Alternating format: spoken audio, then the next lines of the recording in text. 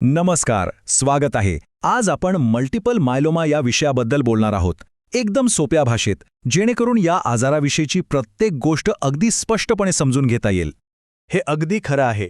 जेव्हा असं निदान समोर येतं तेव्हा साहजिकच आहे की चिंता वाटते, मन गोंधळून जातं. पण एक गोष्ट लक्षात ठेवली पाहिजे, योग्य माहिती मिळवणं हेच यातलं सगळ्यात मोठं बळ आहे. कारण ज्ञानामुळेच या परिस्थितीला सामोरं जाण्याची ताकद मिळते. चला तर मग सुरुवात करूया अगदी मुळापासून. बघूया हा आजार नक्की आहे तरी काय आणि तो पेशींच्या पातळीवर कसा सुरू होतो. तर एकदम सोप्या शब्दात सांगायचं झालं तर मल्टिपल मायलोमा हा प्लाझ्मा पेशींचा कॅन्सर आहे. आता ह्या प्लाझ्मा पेशी म्हणजे काय? विचार करा की ह्या आपल्या शरीराचे सैनिक आहेत. त्यांचं मुख्य काम आहे अँटीबॉडीज बनवणं आणि ह्याच अँटीबॉडीज आपल्याला वेगवेगळ्या इन्फेक्शन्सपासून वाचवतात. बरं, मग या प्लाझ्मा पेशी तयार कशा होतात? तर निरोगी शरीरातना त्याची एक ठरलेली प्रक्रिया आहे. सगळी सुरुवात होते आपल्या बोन मॅरोमध्ये, म्हणजे अस्थिमज्जेमध्ये. तिथे लिम्फॉइड स्टेम सेल्स असतात. त्यातून पुढे बी सेल तयार होतात आणि मग या बी सेल्स परिपक्व होऊन बनतात आपल्या फायटर प्लाझ्मा पेशी. आता इथेच खरा फरक आहे सामान्य पेशी आणि मायलोमा पेशींमध्ये.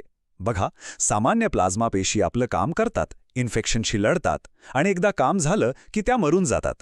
पण मायलोमा पेशी तशा नाहीत. त्या अनियंत्रितपणे वाढतच राहतात, थांबतच नाहीत आणि त्या एकच प्रकारची निरुपयोगी अँटीबॉडी बनवत राहतात, जिला एम प्रोटीन असं म्हणतात. हा एक खूप महत्त्वाचा आणि अनेकांना पडणारा प्रश्न आहे की मायलोमा हा आजार आनुवंशिक आहे का? म्हणजे तो एका पिढीतून दुसऱ्या पिढीत जातो का? तर याचं उत्तर ऐकून अनेकांना दिलासा मिळेल. मायलोमाला सहसा आनुवंशिक आजार मानलं जात नाही. हो, कुटुंबात कुणाला असेल तर धोका थोडासा, अगदी किंचित वाढू शकतो, पण एकूण धोका खूपच कमी असतो. हे लक्षात घेणं महत्त्वाचं आहे की मायलोमा हा आजार अचानक एका रात्रीत होत नाही. त्याचा एक प्रवास असतो. तो टप्प्याटप्प्याने वाढत जातो. चला, हे टप्पे नेमके कोणते आहेत ते पाहूया. मुख्यतः याचे 3 टप्पे आहेत. सगळ्यात पहिला आहे एमगज. ही एक सुरुवातीची अवस्था आहे जिथे कर्करोग नसतो, पण काही असामान्य पेशी दिसतात. त्यानंतर येतो स्मोल्डरिंग मल्टिपल मायलोमा. या टप्प्यावर असामान्य पेशी वाढलेल्या असतात आणि आजार पुढे वाढण्याचा धोका जास्त असतो. आणि मग तिसरा टप्पा म्हणजे सक्रिय मल्टिपल मायलोमा, जिथे शरीरावर परिणाम दिसायला लागतो आणि उपचारांची गरज पडते. आणि तुम्हाला माहित आहे का, यातली एक आश्चर्याची गोष्ट म्हणजे हा जो पहिला टप्पा आहे ना एमगस, तो 50शी ओलांडलेल्या साधारण 3 ते 4% लोकांमध्ये आढळतो आणि यातल्या बहुतेकांना याची कल्पनासुद्धा नसते. बरं, आपण पेशींच्या पातळीवर काय होतं ते पाहिलं. पण या सगळ्याचा आपल्या शरीरावर नेमकं काय आणि कसा परिणाम होतो? चला, हे दुवे जोडून बघूया. तर मग प्रश्न हा आहे की या मायलोमा पेशी जेव्हा बोन मॅरोमध्ये जमा होतात तेव्हा त्याचा शरीरावर काय परिणाम होतो? सगळ्यात पहिला आणि मोठा फटका बसतो तो हाडांना. होतं काय की या मायलोमा पेशी हाडं बनवणाऱ्या आणि झिजवणाऱ्या पेशींमधलं संतुलनच बिघडवून टाकतात आणि याचा परिणाम हाडं कमकुवत होतात, ठिसूळ होतात. आठवतंय, आपण एम प्रोटीनबद्दल बोललो होतो. तेच निरुपयोगी प्रोटीन. हे प्रोटीन जेव्हा रक्तात खूप जास्त प्रमाणात तयार होतं तेव्हा ते आपल्या किडनीवर म्हणजे मूत्रपिंडावर भार टाकतं. यामुळे किडनीच्या कामात अडथळा येतो आणि तिचं नुकसान होऊ शकतं.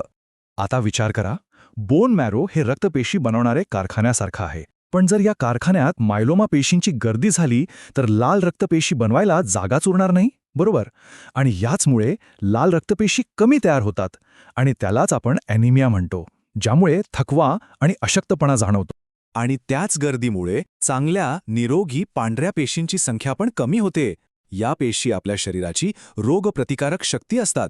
त्यांची संख्या कमी झाली की साहजिकच आपलं शरीर इन्फेक्शन्सना सहज बळी पडतं आणि संसर्गाचा धोका वाढतो.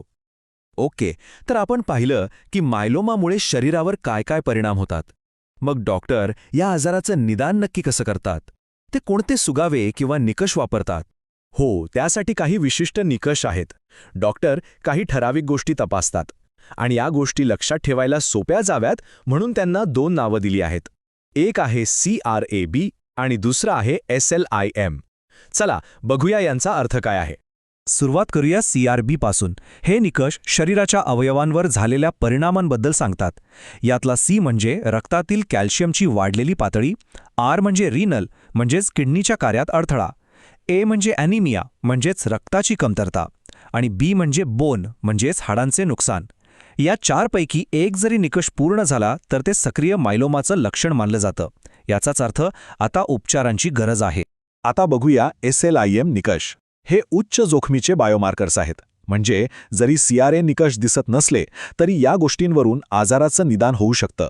यात काय काय बघितलं जातं तर बोन मॅरोमध्ये 60% जास्त मायलोमा पेशी असणं, रक्तातील लाईट चेन रेशो 100पेक्षा जास्त असणं किंवा MRIमध्ये एकापेक्षा जास्त जखमा दिसणं, या गोष्टी आजार वाढण्याचा मोठा धोका दर्शवतात.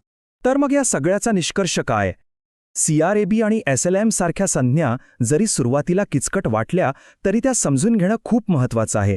कारण यामुळे निदानाचा नेमका अर्थ काय आहे हे कळतं. आणि सर्वात महत्त्वाचं म्हणजे आपल्या डॉक्टरांशी, आरोग्यसेवा टीमशी अधिक स्पष्टपणे बोलता येतं. उपचाराच्या संपूर्ण प्रवासात हे खूप मोलाचं ठरतं. तर आता ह्या सगळ्या मूलभूत गोष्टी स्पष्ट झाल्या आहेत. आता ह्या ज्ञानाच्या आधारावर आपल्या आरोग्यसेवा टीमला विचारण्यासाठी पुढचा सर्वात महत्त्वाचा प्रश्न कोणता असू शकतो? जरा विचार करा. कारण योग्य प्रश्न विचारणं हे योग्य उपचाराच्या दिशेने टाकलेलं पहिलं आणि सगळ्यात महत्त्वाचं पाऊल असतं.